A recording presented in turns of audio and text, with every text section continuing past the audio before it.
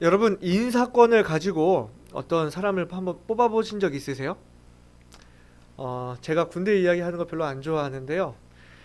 제가 군에서 소대장으로 근무할 때 제가 속한 부대가 아무래도 상급 부대에 있었다 보니까 이렇게 우수한 자원들을 먼저 뽑아갈 수 있는 그런 이점이 있었어요. 그래서 이제 신병 훈련이라 그러죠. 이제 4주간 신병 교육대에서 훈련을 마치고 이제 각 부대로 배정받아서 오면 상급 부대에서 먼저 마음에 드는 인원들을 뽑아가고 난 다음에 예하 부대로 이제 분배를 하는 시스템이거든요. 그래서 저는 제가 맡은 이 소대를 아주 엘리트 부대로 만들려고 이제 훈련소에서 매 이제 기수마다 신병들이 들어올 때마다 열심히 기웃거렸던 기억이 납니다. 그런데 이 사람을 한번 잘못 뽑으면 그 여파가 엄청 큽니다.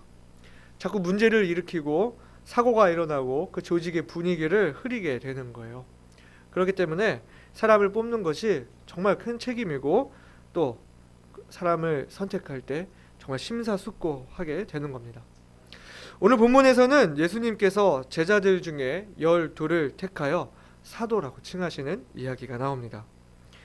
본문을 통해서 알 수 있듯이 예수님에게는 이 12명의 제자만 있었던 것이 아니라 수많은 제자들이 예수님을 따랐지만 그 중에 12를 예수님께서 택하시고 사도로 부르신 것입니다.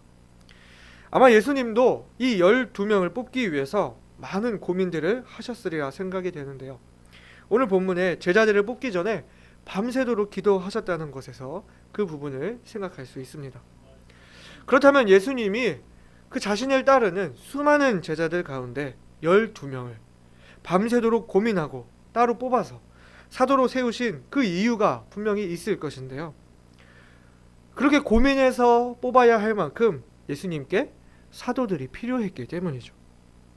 예수님께서 계속 이 땅에 계실 것이 아니었기 때문에 이제 예수님이 하늘에 올라가시게 되면 예수 그리스도의 복음을 방방 곳곳에 증거할 증인들이 필요했고 이 복음의 일꾼들이 필요했기 때문에 예수님은 12명의 제자를 따로 선택해서 사도라고 칭하셨습니다.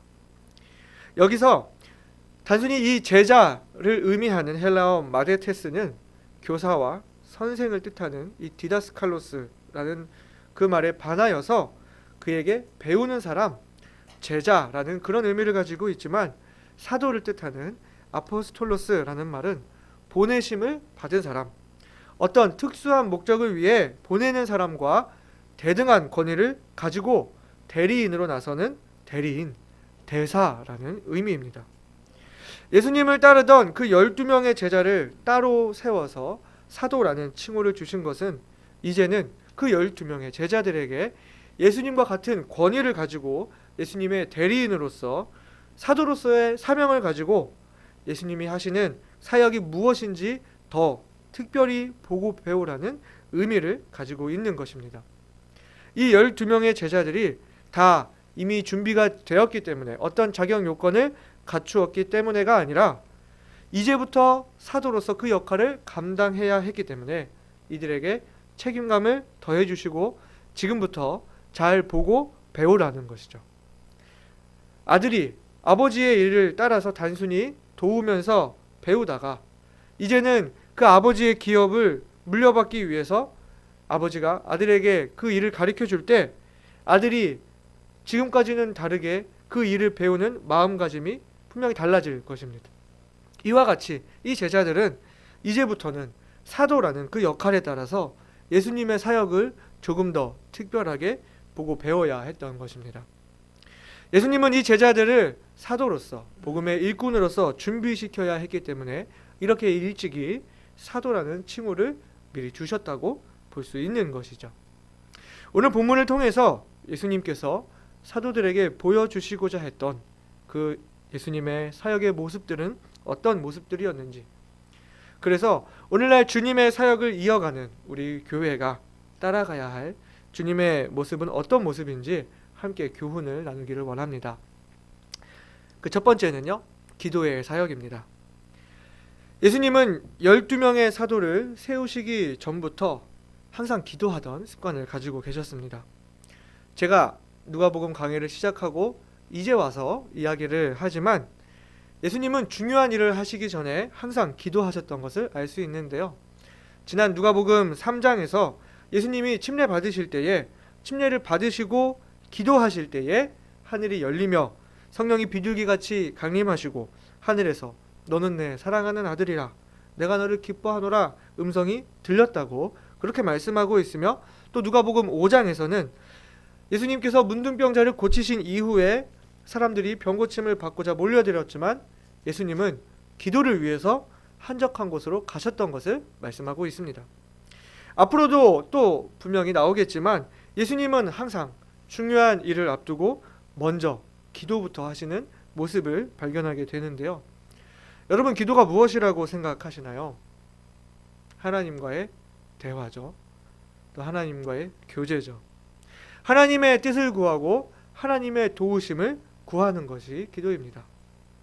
예수님은 수많은 제자들, 사람들, 그 인파 속에서 항상 아버지와의 교제를 위해 조용한 시간, 또 조용한 공간을 따로 두셨습니다. 하나님이신 예수님도 먼저 아버지 하나님의 뜻을 구하고 아버지 하나님의 도우심을 구하셨습니다. 예수님께도 기도가 중요했던 것입니다. 하나님이신 예수님께서 먼저 기도부터 하셨다면 우리도 마땅히 기도가 우선이어야 하는 것입니다. 우리가 많이들 외우고 있는 말씀인데요. 잠언 3장 5절 6절 말씀입니다. 같이 한번 읽어볼까요? 너는 마음을 다하여 여호와를 의뢰하고 내 명철을 의지하지 말라. 너는 범사에 그를 인정하라. 그리하면 내 길을 지도하시리라. 아멘. 어떻게 마음을 다해서 여호와를 의뢰할 수 있습니까? 어떻게 범사에 하나님을 인정할 수 있습니까? 바로 기도하는 것입니다. 하나님, 제 명철로는 하나님의 뜻을 알지 못합니다. 제가 아버지의 뜻을 알 수 있도록 성령께서 도와주십시오. 제 지혜로는, 제 능력으로는 이 일을 감당하는데 한계가 있습니다. 주님께서 도와주십시오. 이 진실로 여호와를 의뢰한다는 것은 기도하는 삶으로 나타나야 하는 것입니다. 또한 제자들이 가장 먼저 배웠어야 할 것이 바로 기도였습니다. 예수님께서는 12사도를 세우시고 먼저 기도를 가르치신 것은 아닙니다. 그러나 이 제자들이 예수님께 처음으로 주님 이것을 가르쳐 주세요 하고 가르쳐 달라고 했던 것이 있는데 그게 바로 기도였습니다. 누가복음 11장에서 제자 중에 하나가 주님께 여쭈기를 요한이 자기 제자들에게 기도를 가르친 것과 같이 우리에게도 기도를 가르쳐 주옵소서라고 예수님께 요청을 합니다. 그리고 모두가 아시고 계신 그 예수님의 모범 기도가 나오는데요. 지금까지는 예수님의 사역을 곁에서 지켜보다가 처음으로 드디어 먼저 주님께 입을 열어서 가르쳐 달라고 요구한 것이 바로 기도였던 것입니다. 내가 무슨 일을 하기 전에 기도하고 시작한다는 것은 그 일을 주님께 맡긴다는 것입니다. 그런데 무슨 일을 하기 전에 기도하지 않고 시작한다는 것은 그것은 내가 알아서 하겠다는 것입니다. 예수님께 기도가 우선이었고 제자들에게 기도가 우선이었다면 당연히 우리도 기도가 우선이 되어야 하는 것이죠. 여러분, 얼마나 주님께 기도하고 계시나요? 바쁜 삶 가운데 주님께 의뢰하고 주님께 맡기고 계시나요? 혹시 기도 없이 살아가는 성도님들이 계시지는 않나요? 지난주에 참된 안식에 대해 함께 생각을 했습니다. 주님과 함께하는 그 시간이 참된 안식의 시간임을 이야기했는데요. 우리가 기도할 때 주님과 교제할 수 있습니다. 우리가 기도할 때 주님이 주시는 그 안식을 얻을 수 있습니다. 근데 내가 뭐라고 주님께 기도하지 않고 많은 일을 감당할 수 있겠어요? 예수님도 기도부터 하시는데. 이번 주에 저 주일학교 학생들에게 준 미션이 있습니다. 학교에서 점심 먹을 때 기도하고 먹는 것입니다. 제가 물어보니까 가정에서는 식사 전에 기도하는 습관이 있지만 학교에서는 그 아이들 앞에서 기도하기가 쑥스럽고 부끄러워서 잘 안 한다는 거예요. 밥 먹기 전에 기도했습니다. 아멘 이런 식으로 한다든지 잠깐 이렇게 뭐 조는 척을 한다든지 뭐 숟가락을 짚는 척하면서 빠르게 이렇게 기도를 한다는 거예요. 그래서 여러분 학교의 친구들이 여러분 예수님 믿는 거 다 알고 있느냐 하니까 아마 모르는 친구들도 있을 거라고 합니다. 그래서 우리가 밥 먹을 때만이라도 한번 기도하는 모습을 보이자. 우리가 기도하는 게 부끄러운 게 아니다 하고 미션을 주었는데요. 제가 나연이한테 한번 물어보려고 그랬는데 지금 물어볼 수가 없을 것 같습니다. 더 나아가서는 제가 이 학교에서 점심시간에 기도하는 것뿐만 아니라 학교 안에서 기도 시간을 따로 두고 기도하는 미션을 같이 하려고 합니다. 공부하기 전에 하나님께 지혜와 총명을 달라고 기도하고 학교에서 그 친구들과의 관계, 선생님과의 그 원만한 관계를 위해서 기도하고 또 학교에서 믿지 않는 그 친구들에게 그리스도를 전하고 주의 자녀로서의 그 빛과 소금의 역할을 감당할 수 있게 해달라고 기도하고 학교 일과를 시작할 수 있도록 같이 훈련할 계획입니다. 우리 아이들이 기도의 사람이 될 수 있도록 관심 가져주시고 같이 기도해 주시기를 바랍니다. 뿐만 아니라 여기 계신 성도님들 우리 모두가 기도의 사람이 되어야 합니다. 먼저 주님께 아뢰고 먼저 주님의 뜻을 구하고 먼저 주님의 도우심부터 구하는 저와 여러분이 되시기를 소망합니다. 제자들이 사도로서 배워야 했던 그 두 번째는 바로 부르고 보내는 사역입니다. 오늘 이 12명의 제자들이 예수 그리스도의 사도가 될 만한 어떤 자격 요건이 있었습니까? 예수님은 이 평범한 사람들을 제자로 부르셨습니다. 여기 이 갈릴리 출신의 사람들 한번 생각해 보시기 바랍니다.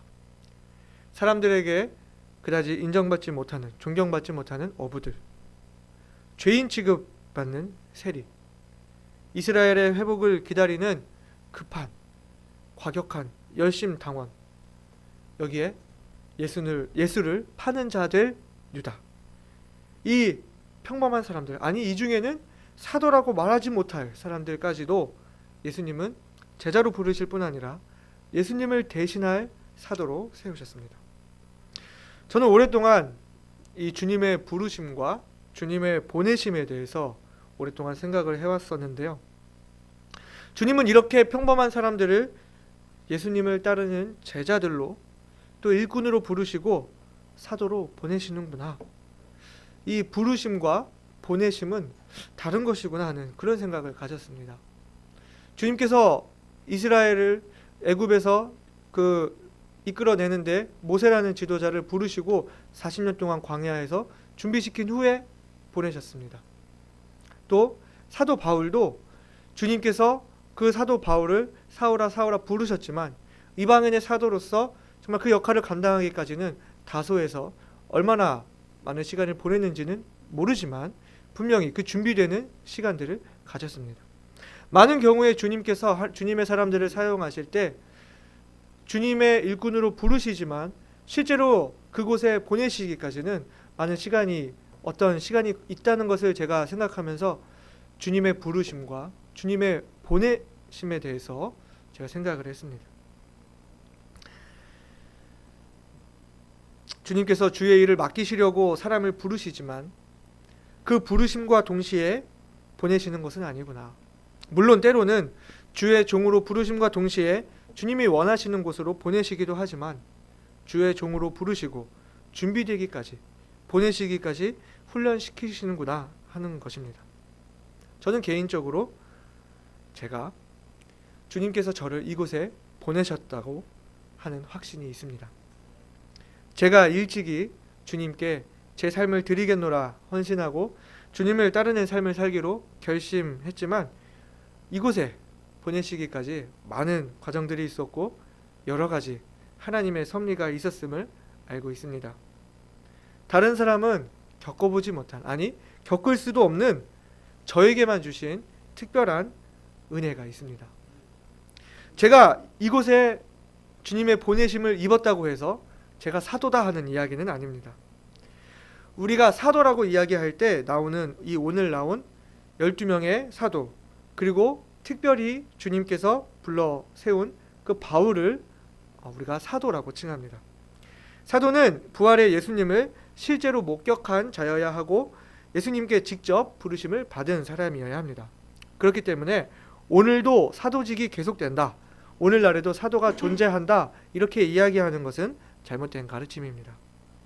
그러나 우리가 알아야 할 것은 지금까지도 주님은 바로 저와 같은 평범한 사람들을 주님의 제자 삼으시고 또 주의 일에 부르시고 또 주님의 사역을 위해 보내시기도 하고 계시다는 사실입니다.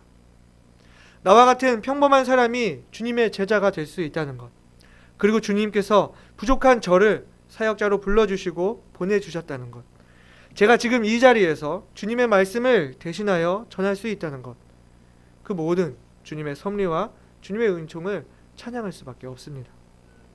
그리고 이것이 우리 교회의 사역이 되어야 합니다.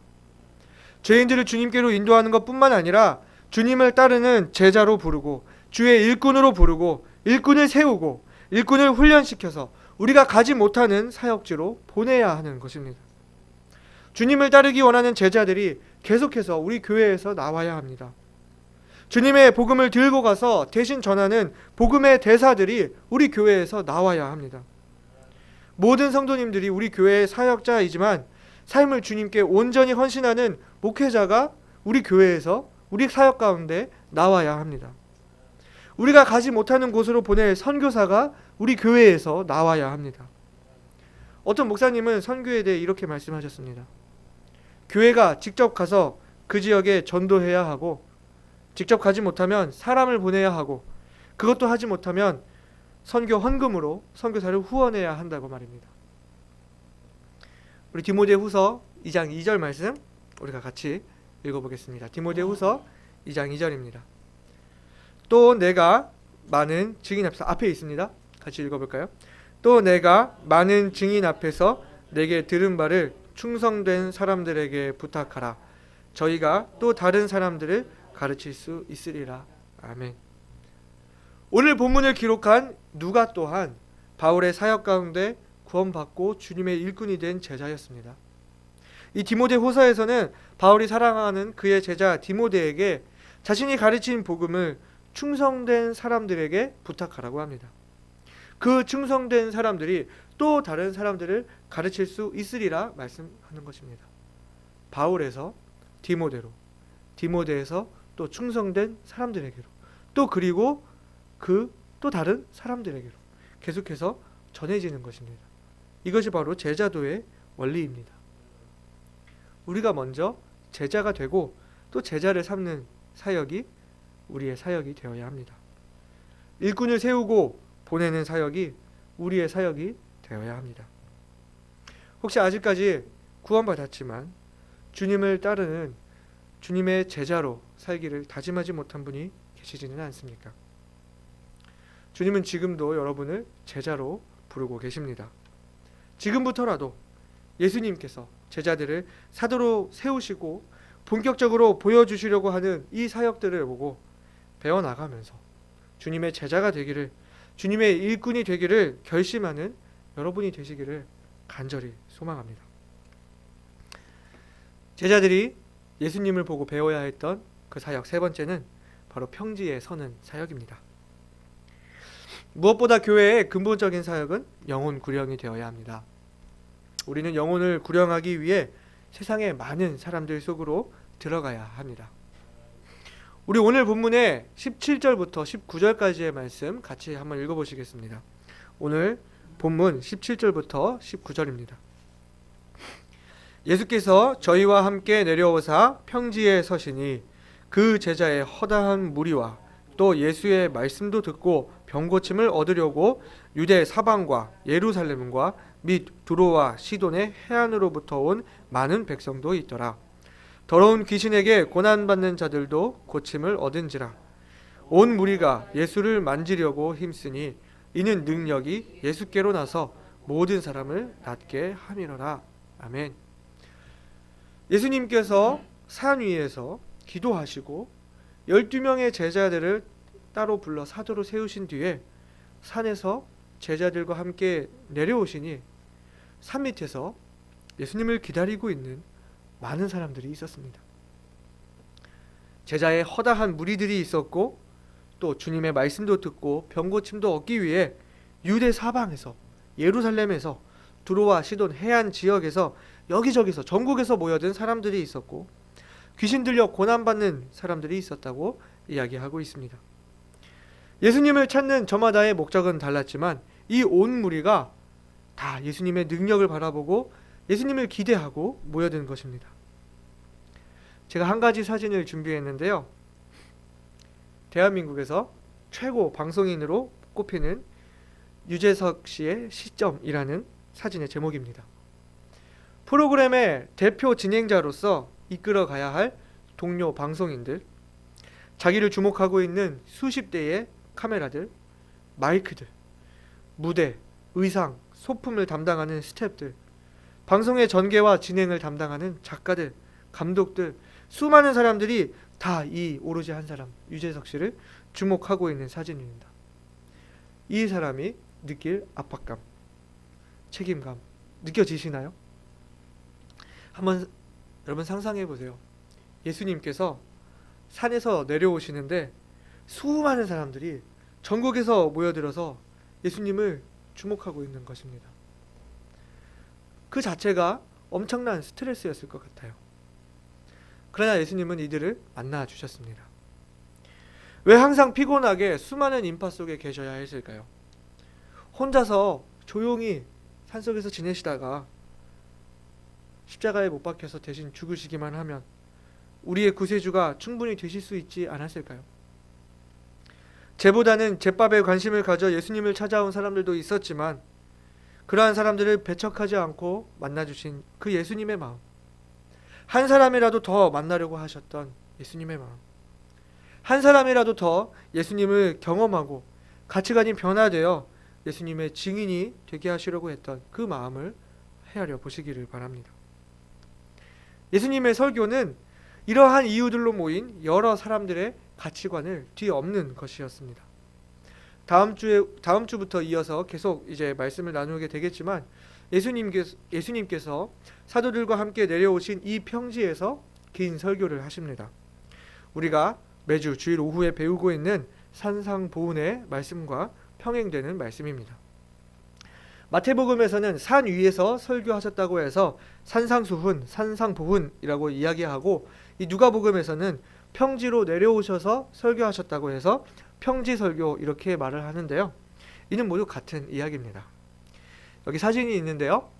예수님께서 팔복을 설교하셨다고 하는 그 위치에 이 팔복 교회가 세워져 있습니다. 그리고 그 뒤로는 이렇게 갈릴리 호수가 보이고요. 드넓은 평지가 고지대에 있습니다. 따라서 이곳은 평지라고도 할 수 있고 산 위라고도 할 수 있는 그런 장소입니다. 그런데 이 누가복음에서는 특별히 주님께서 자신을 찾아온 그 수많은 사람들을 다 만나시기 위해 산에서 내려오셨다는 것을 강조하고자 누가복음에 이 저희와 함께 내려오사 평지에 서셨다 말씀하고 있는 것으로 볼 수 있습니다.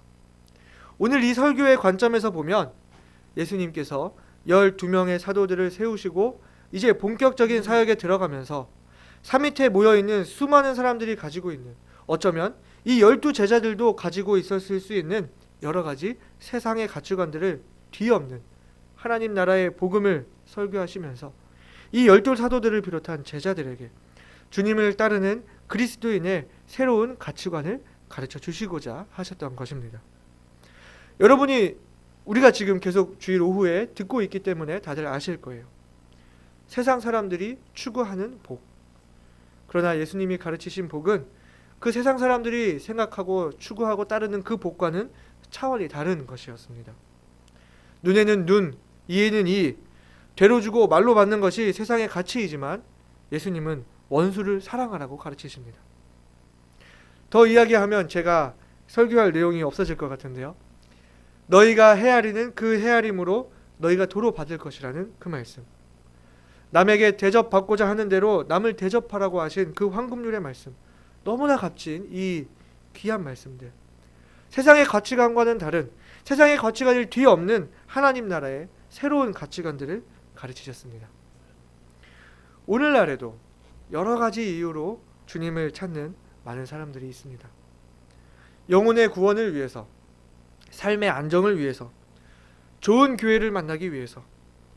하지만 어떤 사람들은 결혼을 위해서, 어떤 사람들은 인맥을 갖기 위해서, 어떤 사람은 영업할 고객을 찾기 위해서, 어떤 사람은 자기 자랑을 늘어놓을 곳을 찾기 위해서, 어떤 사람은 자기 말을 들어줄 사람이 필요해서 좋은 이유이든 나쁜 이유이든 여러 가지 이유로 주님을 찾는 사람들, 저마다의 가치관을 가지고 찾아온 사람들이 있습니다. 이러한 사람들을 만나주시고 변화시키는 것이 예수님의 사역이었습니다. 그리고 이것이 우리 교회의 사역이 되어야 합니다. 세상 속으로, 고통하는 세상 속으로 들어가서 예수 그리스도의 복음을 전하는 것, 낮은 곳으로 내려와서 더 많은 사람들을 만나 기존에 가지고 있던 그 세상의 가치관들을 버리고 하나님 나라의 새로운 가치관으로 살도록 돕는 것, 한 사람이라도 더 주님께 이끌기 위해 이들 속으로 스며드는 사역이 되어야 하는 것입니다. 우리가 이 고통하는 사람들을 향해, 세상의 목소리에 갇혀 방황하고 있는 사람들을 향해 예수 그리스도의 복음으로 주님께서 우리에게 주신 그 진리 가운데로 이끌기 위해서 우리가 어떻게 해요? 내려와야 하는 것입니다. 지친 사람들을 위로할 수 있는 곳으로, 상처 입은 사람들을 위로할 수 있는 곳, 머뭇거리고 있는 사람들을 도전할 수 있는 곳으로 내려와야 하는 것입니다. 말씀을 정리하겠습니다. 오늘 본문을 통해서 예수님이 왜 12명의 제자들을 사도로 세우셨을지, 그리고 이 12명의 사도들이 이제부터 사명감을 가지고 눈과 귀에 담아두어야 할 그 예수님의 사역의 모습들은 어떤 것들이었는지 함께 말씀을 나누었습니다. 그것은 먼저 기도하시는 모습이었고 사람을 세우는 사역이었으며 낮은 곳으로 사람들을 향해 찾아가 변화시키는 사역이었습니다. 사랑하는 성도 여러분, 참으로 우리가 주님을 따르기 원한다면, 정말 우리 교회가 주님이 원하시고 기뻐하시는 사역을 감당하기 원한다면 우리가 먼저 기도하고 사람을 세우고 낮은 곳에서 사람들을 섬기는 모습이 되어야 합니다. 주님은 특별한 사람들을 부르시지 않았습니다. 엘리트만을 찾지 않으셨습니다. 바로 우리와 같이 연약하고 부족한 사람들, 완벽하지 않고 흠 있는 사람들, 평범한 사람들을 찾으셨습니다. 12 사도들이 여러 부족한 가운데서도 주님께서 맡기신 일을 끝내는 감당해냈던 것처럼 주님 부르신 곳에서, 주님 보내신 곳에서 최선을 다하는 저와 여러분이 되시기를 소원합니다.